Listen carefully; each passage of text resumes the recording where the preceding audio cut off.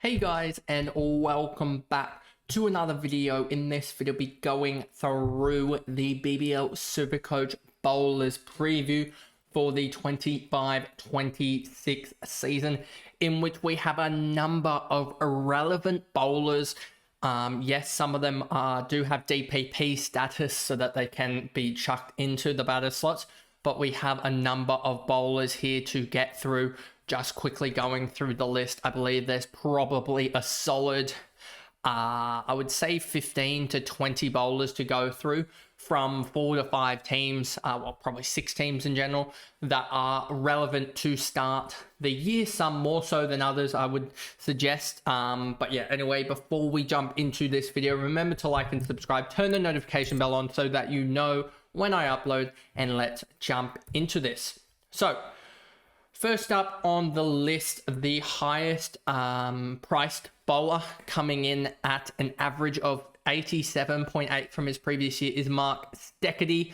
5 games last year for 87.8 average, 15 wickets with 55 economy rate bonus and 54 dot balls. He is the most expensive player in the comp, and it kind of means diddly squat because he is not going to be relevant, because he bowled a bunny out of a rat. I don't even know how he did this. Just like the other stats, 3 games the year before for 1 wicket, and he's gone 5 games for 15. It's kind of just ridiculous to even think about that. So he's gone from a third of a wicket a game to 3 wickets per game. And that is just an immense improvement, a 9-fold improvement. I mean, his average went from 9.7 to 87.8. So that's not going to replicate. We can look at his numbers beforehand. He's not the worst bowler, but still, he's probably going to be a mid-40s bowler, and they're fine, but they're not perfect. And there's just better options in the bowling stock. So you don't need him. You may pick him up on the double, but even then, he's probably going to be too expensive. I wouldn't be shocked if that 87 break even, if by round 3, he's easily down 50, 60k. So yeah, and then he has the double by double, so, and then he'll be irrelevant, and then he'll finally be about 140k probably by then. Matt Short, we can skip past. We talked about Glenn Maxwell in the batters preview, and then Jamie Overton, for the same reason as the Matt Short, we can stick past him because we don't want to talk about Adelaide because of their horrendous draw.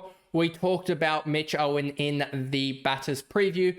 We talked the reasons behind the Cooper Conley omission from the batters side of things, just because of that Perth schedule. It was one of the touch and go ones that I was going to include or not, so decided against it.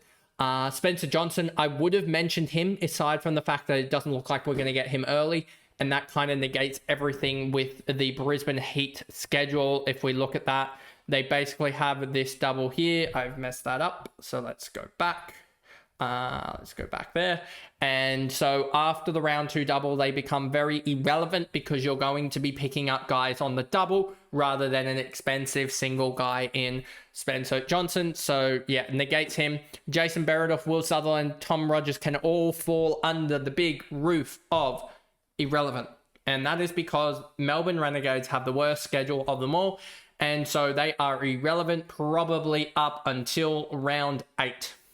Legitimately, you're not going to start him, not going to pick him up in round 1, not going to pick him up in round 2, not going to pick him up in round 2, 3, or 4, not going to pick him up in round 5, not going to pick him up in round 6 because of the doubles there, not going to pick him up in round 7 because of the 2 doubles there, and then in round 8 you finally get to them. So they're a while away, so therefore irrelevant. And then we get to Nathan Ellis. VC for most people, if not captaincy. And if you look at his games from the previous 2 years, 8 games in 24-25, 58.4 average, 19 wickets, 45 economy rate bonus, 47 dot balls, 80 runs with 30 strike rate bonuses, showing he's a dual threat. And then in 23-24, 10 games, averaged 38.1, 12 wickets, 35 economy rate bonus, and 72 dot balls. He is a massive threat, and he does it pretty consistently, I would say, at least the last couple years. He has gone, as you can see, 38.1 and 58.4 the last couple years. But aside from that, he's also done 49.3, 53.9, 50.3, and 39.5. 1.5, showing he can consistently get it done. And I think he's going to go off to a real good start of the season against Sydney Thunder and also against the likes of the Melbourne Stars and Melbourne Renegades, two of the weaker sides. So I think he can do really well there. And then we get to Shaheen Shah Afridi. Now, this one's a little bit harder to track, and there'll be some that we track with the PSL, and then we have to say, hold up a second, there's a little bit of iffy to and throwing here because it's the PSL, it's not the BBL, different wickets, different standard, etc. But with the PSL in 13 games last year, Shaheen Shah Afridi averaged 51.4, 19 wickets, 45 economy rate bonus, 116 dot balls and 5 catches. The 116 dot ball seems outrageous until you realize he bowled like 2 maidens in the tournament as well. So that really helped him out. And there was just a string of dot balls. I think he had a 3 for 3 game off like 3.5 overs, which would have contributed like 18 dot balls itself. So he is one that's going to rack up the dot balls. And I think he's the one that you can kind of shift the likes of Babar Azam. I know that they're going to be different positions, but through DPP you can shift Babar Azam to like Shaheen Shah Afridi, and that's the way you maneuver that cash around. So it will be a watch to see how he goes in round 1 against the Melbourne Renegades, but I really like trading into Shaheen Shah Afridi early on in the tournament because they do have that round 2 double. And then we move on to his Pakistan teammate in Haris Rauf, who in the PSL as well in 24, 25, well, I should just say 25 for both of them. And you'll see Rashad Hussain is the same in his PSL numbers of 2025. But 13 games for Haris Rauf in the PSL, 39.2 average, 17 wickets, 15 economy rate bonus, 95 dot balls, 3 catches. Amazing numbers for only a 39.2. So just shows how expensive he is. Bowls a lot of wides as well. And we've seen in the past him be able to do it in the BBL. It's just we get a good luxury this time out with him in that we get 2 games of data beforehand before their double, which is really valuable. And it's not like he's going to go up so much in price, in my personal opinion, that 152 is going to then spiral out to an uncontrollable number that you can't get to. So I think we're safe here with Haris Rauf in getting to watch him for the first couple games and then pouncing on him if he does really well. And if he doesn't do so well, you're pouncing on the bowlers that are picking up the polls and getting those points. So Haris Rauf, we get a nice weight. Sam Curran, we actually do as well. He's not in the list because obviously he's away for the first 5 rounds, or it's confirmed already, I believe, the first 4 rounds at least.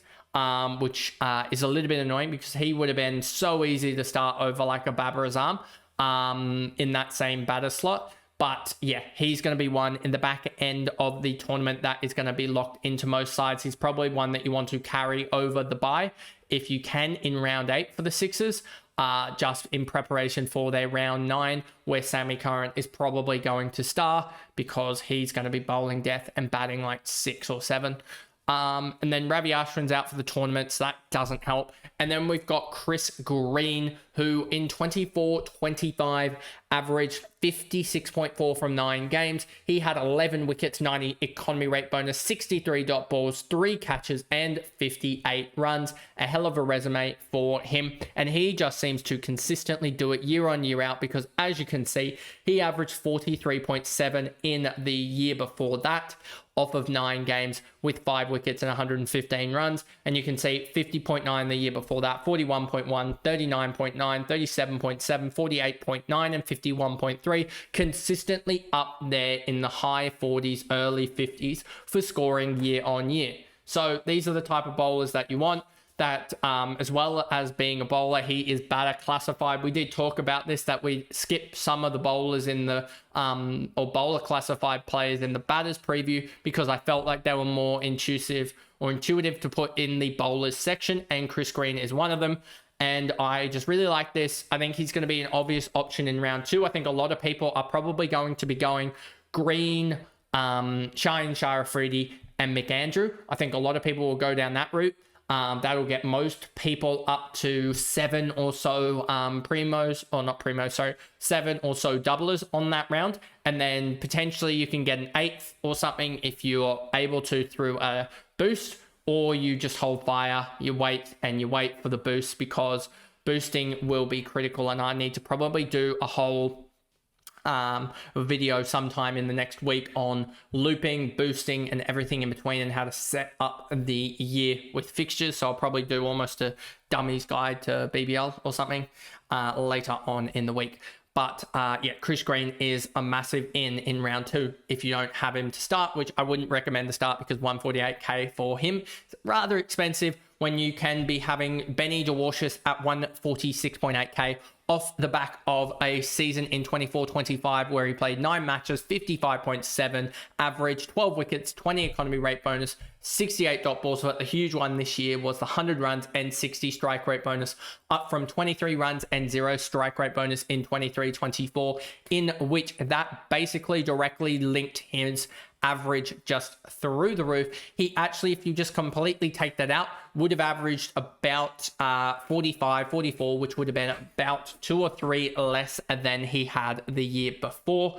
As you can see here, 55.7 on the year, and then 46.3 the year before that, 59.3, 55, 58, 53, 47, 52 for the years previous to that. So he is a consistent high 40s, early 50s scorer, and he's added to his batting stocks really, really well. So I think he's going to really take his game to the next level. And I think he's a mid 50s now with those batting, his ability to get that strike rate bonus.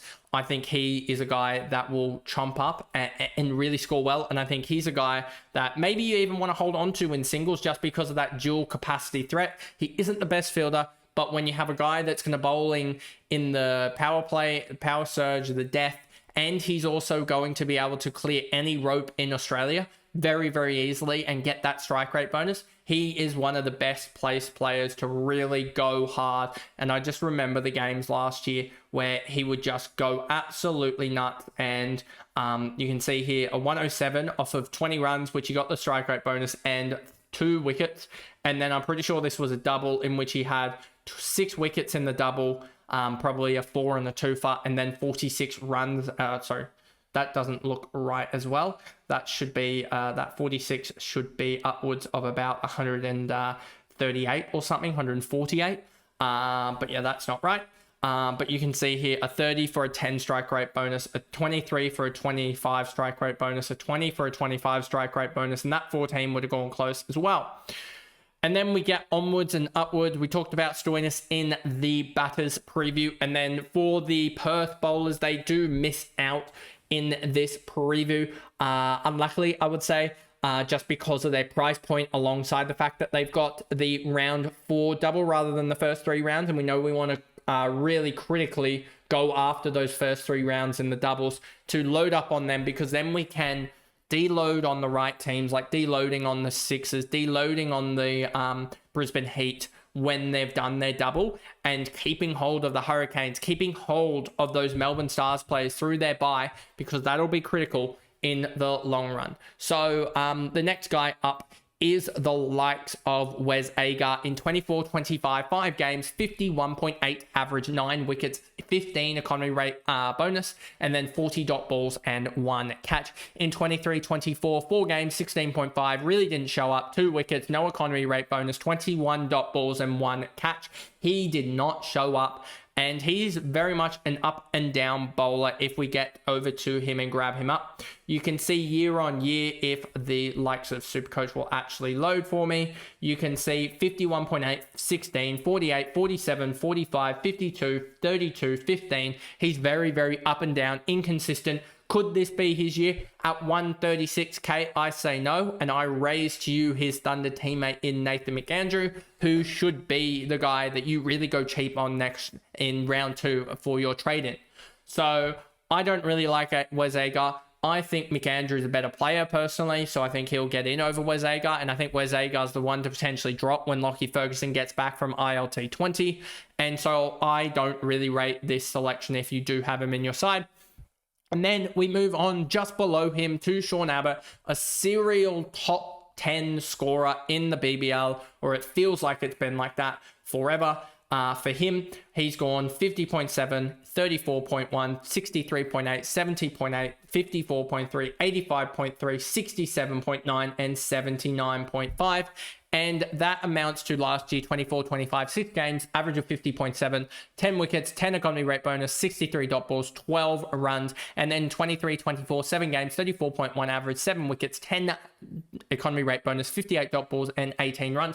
You can see the runs aren't actually there for him, in all honesty, which is quite surprising. To be honest with you, I was very, very shocked when I saw that. But yeah, he in the end still finds a way, and will probably still find a way to do really well across the year this year.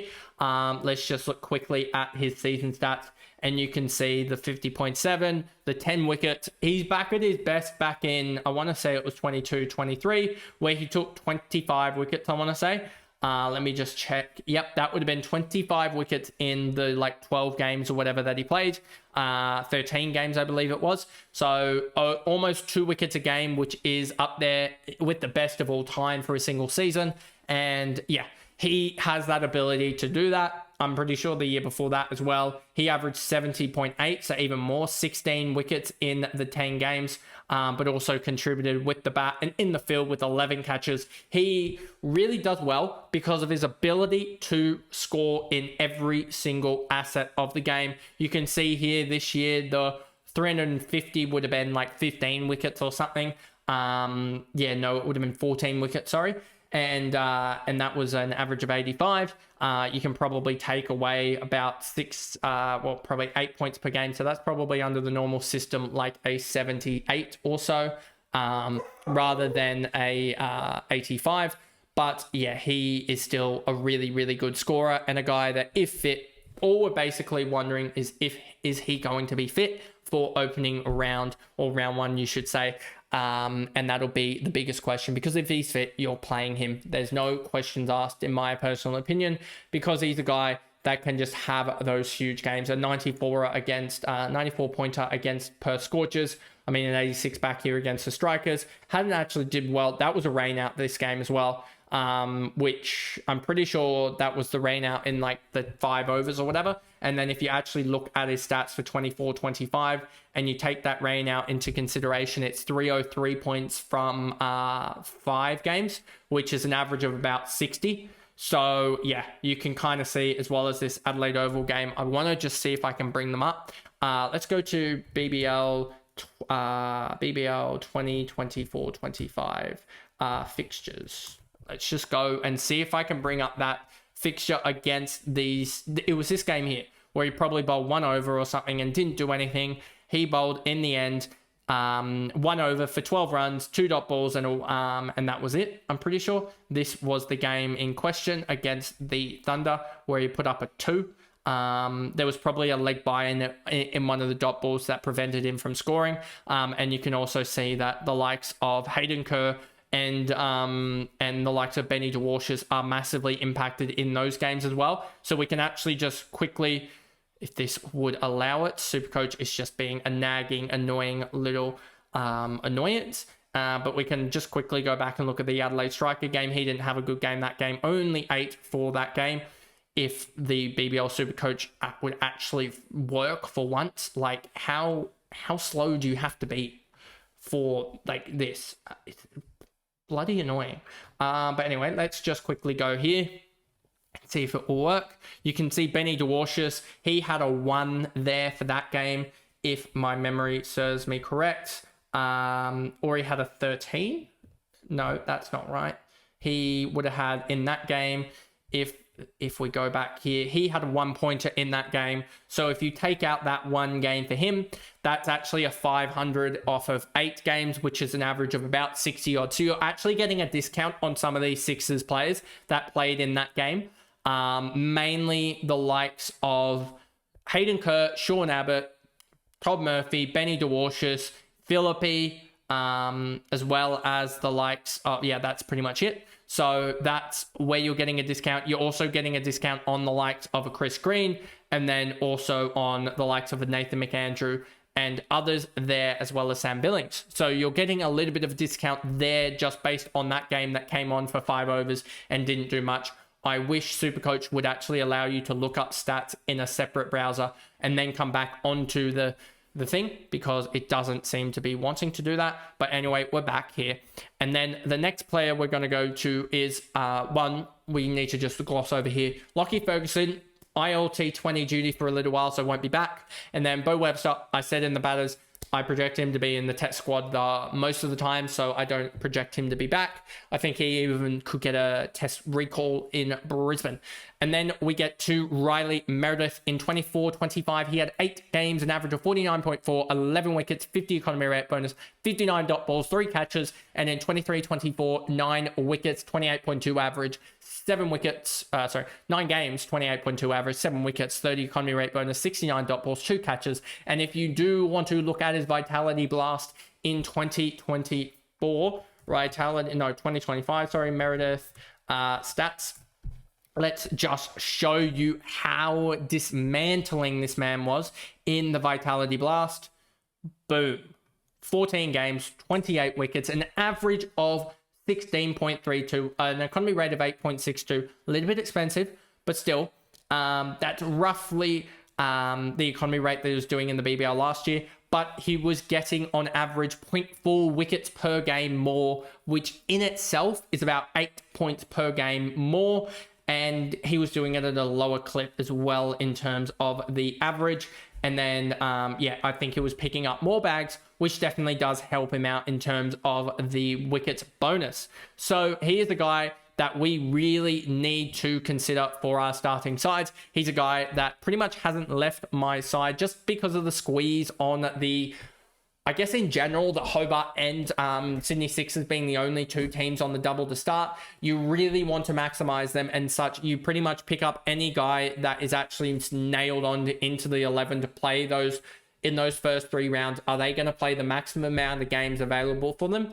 And I think Riley Meredith is one of those guys. And I think he's going to be a cheeky shout to actually do better than the 49.4. But if he just holds price there and does the 49.4, he's done his job in the first 5 games, as that'll be close to 250 points. That'll be like 248 or so, 247 points there.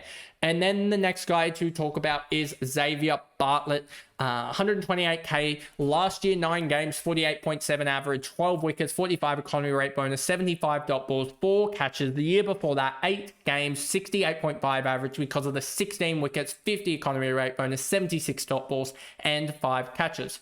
So he's gotten more dot balls 2 years ago than he did last year off 1 fewer game, and he'd also picked up 4 more wickets in 1 fewer game, and also an extra catch, and also 5 more economy rate bonus points. So he just was so much better last year, the year before last, just than he was in general.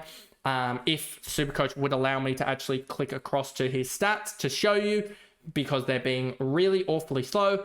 You can see here, he's had a couple of up and down in and around years, and he's the type of guy that I think is just an easy store on the bench as that Brisbane player. There's not many guys that you really want to be storing on the bench, to be completely honest with you. And I think Bartlett is one of them, just because we've seen him before be a 200k player. Admittedly, that was when with the higher magic number, which meant prices are going to be slightly inflated from your point of view, but still take 20% off of that. He is still a 180k player, which would be a top 10 player in terms of price point. So he has been a top of the line player, and I think he can return to that marker. That 71.7, I know it says 31st, but that is based on total points rather than points per game. If that points per game number was up there, I think you'd find him probably in the top 3 or 4 that year for that season of 21-22. He was amazing. And then the next guy on the list, we do skip a little bit, and I'll just explain quickly. Chowdhury, we did in the batter slots. Then we have a lot of the just dead schedule in the Adelaide and the Melbourne Renegades guys, so we'll just skip over them. And then we also talked about Rian Ahmed in the batters slot. So we get to Rashad Hussain, and we are looking at his PSL numbers. In the 25 campaign for PSL, he had 7 games, 55.4 average, 13 wickets, 15 economy rate bonus, 50 dot balls, 1 catch, and 23 runs. Not really showing that all-rounder status that I thought he would be. So that was a little bit surprising to me, caught me off guard a little bit. but still a guy that's putting up decent numbers. And it's just a question now of, I know that we want to overload on Hurricanes and Sixers players. We want to get advantage of that double, but are we doing that for the sake of just picking bad players? And I don't know about Hussein as much as I get confidence in Riyad Ahmed or Ryan Ahmed. So that's why I'm questioning this one. Although he has taken 13 wickets in 7 games, admittedly on a spinning deck in Pakistan, comparative to the BBL. And I know that Ninja Stadium won't be the greatest. They do play the Melbourne Renegades at GMHBA, I believe it is. They might be playing out at Geelong.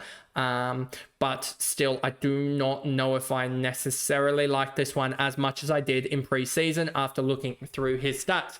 Then we get a little bit more down the order. Again, we explained, I think, the many times over, Perth don't really matter in these previews as much as you're not going to have many Perth players. I think you're only going to have the likes of Aaron Hardy in the Perth side, out of the Perth side in that team that you want to take forward. So they don't really matter. And I think David Payne might even be away early on, but I'm not 100% sure and I haven't been tracking. Shadab Khan, his PSL numbers in 2025, 10 games, 69.8 average, 12 wickets, 55 economy rate bonus, 66 dot balls, 173 runs, and 50 economy strike rate bonus, sorry. He just does everything. Very much like his teammate and same price point, Daniel Sams. He is a really good fielder. He also is a really good bowler and can hold the willow. So we're just waiting on his return. I think he is just all about injury. Is he going to get through? We've even seen him in the BBL for the Hobart Hurricanes do pretty well in terms of his average. I think it was in the mid 40s or early 50s. So I really do like the look of Shadab Khan this year. And I think with that early fixture, taking advantage of that double and maybe just storing on him on the bench for round 1. And then in round 2, you come out and you just hope that he goes nuts. And then, yeah, you run it from there. But he is a guy that I'm really looking at as well. Then we get to Tanveer Sangha. There's not too many to go. There's still quite a few to go to. So we will continue to speed through. But Tanveer Sangha, a lot of these guys, Peter Sill's not going to play, I don't think. Jack Edwards, we went through in the batters. And then Tom Andrew, I don't think plays. But Tanveer Sangha, last year, 3 games, 47 average, 3 wickets, 40 economy rate bonus, 24 dot balls, 2 catches. The year before that, 9 games average, 39.3, 9 wickets, 80 economy rate bonus, 55 dot balls, 3 catches. He is a guy that could get a game now that Ravi Ashwin is out. They really have left a spot open probably for that third spinner, and it could be Tanveer Sangha. I don't think they're going to drop their international player who's a captain or their actual club captain or vice captain in Chris Green. So that's not going to happen. So Tanveer Sangha might be the odd spinner out. Would have definitely been if Ashwin was there, but Ashwin obviously tweaked his back or hamstring or whatever it was, so not available. So Tanveer Sangha is a guy that I really love watching him bowl. And he's just a really attacking bowler. We've seen in the past him do really, really well. In the past, he's done 42, 45, 39, and 47. So he's done really well in the past. That 2023 campaign number is right. So yeah, 39.3 in 2023. I think he can go mid 40s. I just don't know if he's going to be valuable with all the spinners there. Who's going to get overs taken off them? And it could be the likes of Tanveer Sangha. Brendan Doggett's with the Australia squad, so we don't need to talk about him. And then you've got Tom Curran there as well at 106k flat. 5 games in 24-25 for an average of 40.2, 3 wickets, 10 economy rate bonus, 28 dot balls, 82 runs with the bat, 25 strike rate bonus. And in 23-24, 4 games, 41.8 average, 4 wickets, 40 economy rate bonus, and 32 dot balls. He's really been a guy that's been in and out of form. He can be as destructive as you want him to be when he really does pick up form with the ball, but he's just never been in true form, only picking up in the last 2 years 7 wickets in 9 games, which is really just poor. And I don't think his runs have really backed it up with only something like 110 runs in the last 9 games. So really, really needs to step it up. But I think he gets the opportunity now at the Stars because Bo Webster is gone. I know that they'll probably just supplement it with a couple more Stoinis overs, but I think he'll get his full 4 and really do well there, batting 6 or 7 and, well, probably about 7, and bowls his 4 overs in the tight period. Then we get to Chris Jordan, probably a lock of the bowlers here. 105k, you basically can't go wrong with him with 5 games in the first 3 weeks. 7 games last year for 40 average, 20 economy rate bonuses after 7 wickets, 34 dot balls and 59 runs. But it was his 23-24 campaign of 10 games, 50 average, 9 wickets, 45 economy rate bonus, 63 dot balls, 133 runs, and also 50 strike rate bonus. He was mega back then and just did the job. And I just really like him to start the year.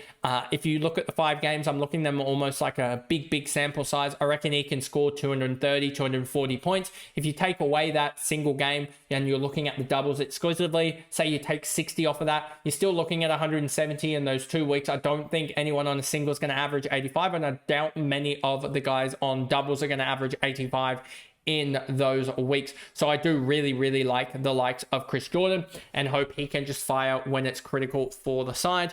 And then we can skip down a little bit to Hayden Kerr, 100.9k in 24-25, 8 games, 38.3 average, 7 wickets, 45 economy rate bonus, 41 dot balls, 45 runs, and 15 strike rate bonus. He's a guy that is ever reliable for the Sixers, can bat, can bowl, can field. He just does it all. And I think he does get the spot over someone like a Kane Richardson. They really go deep with their batting lineup and do go to their strength there. And I think he's a guy that really could use his slower balls to good use. Could maybe knock out the likes of a Benny DeWash's from bowling at the death, which would be a little bit annoying. But they've used sort of Hayden Kerr a little bit sparingly in recent times. And I think he's a guy that could easily go off and average somewhere around that 40 marker. And if he does that in the early double, gets you away, like if he averages 40 in the early double, he is probably going to go and go up about, I would think, maybe 10k. No, not 10k, about 3k, I would think, at least. If SuperCoach would load, would be nice. Yeah, he's probably going to go up about 2k in the first week if he goes and scores 240s. But if he goes and gets that 50, 60 score, he'll go up 5, 6k, which would be nice. Cash gen is going to be it's going to come such at a premium. It's not really going to flow this year. And so you really need to look for it wherever possible. Go for the obvious ones and get that cash gen rolling early. Even if it means you miss out on 5, 10 points here, cash generation is critical in the long run. And now we get to Michael Neser, probably the easiest bowler to select this year. Priced at 35 after a 35.3 campaign last year from 4 games. 4 wickets, 10 economy rate bonus, 24 dot balls, 30 runs. Just didn't get bowled enough and didn't play enough. He was just sat with the Aussies, it felt like. And you can see in this 23-24 campaign, 8 games, 59.4 average, 8 wickets, 25 economy rate bonus, 62 dot balls, 76 runs, 25 strike rate bonus. You can see the massive difference there. Up 46 runs plus 25 strike rate bonus. Up 4 wickets plus 15 economy rate bonus, and up 38 dot balls in those games. It is mostly the runs where the difference is made. And yeah, just a huge monumental difference there for the likes of Michael Neser. And that's why he is a guy that you need in your side. That feels slightly off. It feels like the Michael Neser, the 8 wickets or something, doesn't add up exactly to what it should be. Let me just double check if I've got my numbers right, because 8 wickets feels off or one of them feels off in terms of the stats there. 160, 75, it's going to be the catches and the runouts. That's the big difference there. That's going to give you quite a lot. Yeah, 110 points in catches and runouts. That's where the difference actually was. That is over something like 15 points per game differential, 20 points per game differential. It would actually be 25 points per game differential, I believe. No, 12 points per game differential in there. So quite a lot in there. Dot ball is obviously huge. Made an over somehow in there as well as yeah, economy rate bonuses there. So he just can do it across the ball. One of the best fielders, one of the best bowlers out there, and then is also really handy with the stick. We've seen him in county cricket, knock off runs for fun. So can he do it in the domestic T20 comp? We'll have to wait and see. Hassan Khan, I really didn't want to have to do him and add him, but I did. And we're into the final 3 or 4 here, so we'll get through this one quickly. Hassan Khan, but one game, 30 runs, took 1 wicket, had 6 runs. Don't really think he's going to be necessary because he actually plays so late in the season because of the Renegades. And then you get to the likes of Matt Kuhneman, 2024-25. He averaged 28.6 from 8 games, 7 wickets, 25 economy rate bonus, 35 dot balls, 18 runs. And then in 23-24, 8 games, 46.6 average, 9 wickets, 90 economy rate bonus, and then the 47 dot balls and 6 catches. This guy is an interesting one to watch in round 1 because he is a guy that I'm really intrigued about. On the cheap at 70 odd K, he's a guy, him and Swepson are potentially going to be ultra value if you can hit on one of them or hit on the right one, because I think one of them is going to fire and get back to their sort of usual self, and it could easily be Kuhneman, and so be a massive watch on him. He could be the cash cow in round 2, even on the double itself, to go to and turn to make some cash, because he's done it in the past, just being a guy that just racks up the dot balls. Then you have Nathan McAndrew, the second last guy on the list here, 24-25 season, 4 games, 22.8 average, 2 wickets, 20 economy rate bonus, and 26 dot balls. But in 23-24, he averaged 34.2 from 9 games, and he went at 5 wickets, 45 economy rate bonus, and then 48 dot balls, but it was the 67 runs and the 25 strike rate bonus, which was the difference maker. 22-23, he also averaged the 51, and he's also done 40 in 2021. So you can see he's put up big numbers. I think this could be a bounce back year for him. He's done really well in the domestic scene so far, and I think he could really put massive numbers on here. So I'm really intrigued about him, potentially over the likes of a Swepson, just because I think Nathan McAndrew has a little bit better, I guess, place in the side, has better batting ability, and I think he just had a general down year, whereas I think he's going to do really well this year. But we'll have to see with the Thunder and the Brisbane Heat who gets the early start, because, I'm pretty sure the Brisbane Heat play above the Thunder in terms of first game of the round. But if Nathan McAndrew's in the squad and looking really good, then I will probably be going him over Swepson just naturally, because I think McAndrew has a lot better avenue to point than Swepson does. But anyway, we round out this one with Sweppo. 9 games for 24-25 for an average of 22.6. 4 wickets and 35 economy rate bonus, 47 dot balls, 3 catches, and then 23-24, he had 8 games for 37.3, 8 wickets, 50 economy rate bonus, 47 dot balls, 3 catches. You can see the line in the sand moment. He's done 37 in the past. He's done 54 and 48 in the past as well. So he's done really well in the past. He just had a stinker year, and he usually seems to bounce back from them. So it will be interesting to see how he does at the MCG. Longer straight boundaries than Gabba. The Gabba seems to every chip shot go for 6 down the ground, so that could actually help him out a lot. And so that'll be interesting to see how he goes. But he's one that I've definitely looked at a lot, and also looked at Nathan McAndrew quite a lot, just because of their fixturing, alongside the fact that they're just ultra cheap. And if they get one good game away, like if we look at Sweppo 22, if he goes and scores like a 60, he goes up something like 10k or something dumb like that, I believe, or probably less than that. If he goes and scores a 60, he probably goes up 1k for every 5. So if he beats it by 40, he'll go up about 8k, have a massive negative break even, and then we can go from there and look at it. But if they do have that 60 game or something like that, or a 100-point double, these guys are going to fly up in price, and they could potentially make 30, 40k. And these are the guys you really need to look at for cash generation, these cheapies that do have a solidified role in the side. But anyway, that is the video there, going through all the bowlers, wrapping up another mini series of all of the positions in BBL SuperCoach. I hope you guys enjoyed. If you did, remember to like and subscribe, turn the notification bell on so you know when I upload, and I will see you guys in the next video. Bye, guys.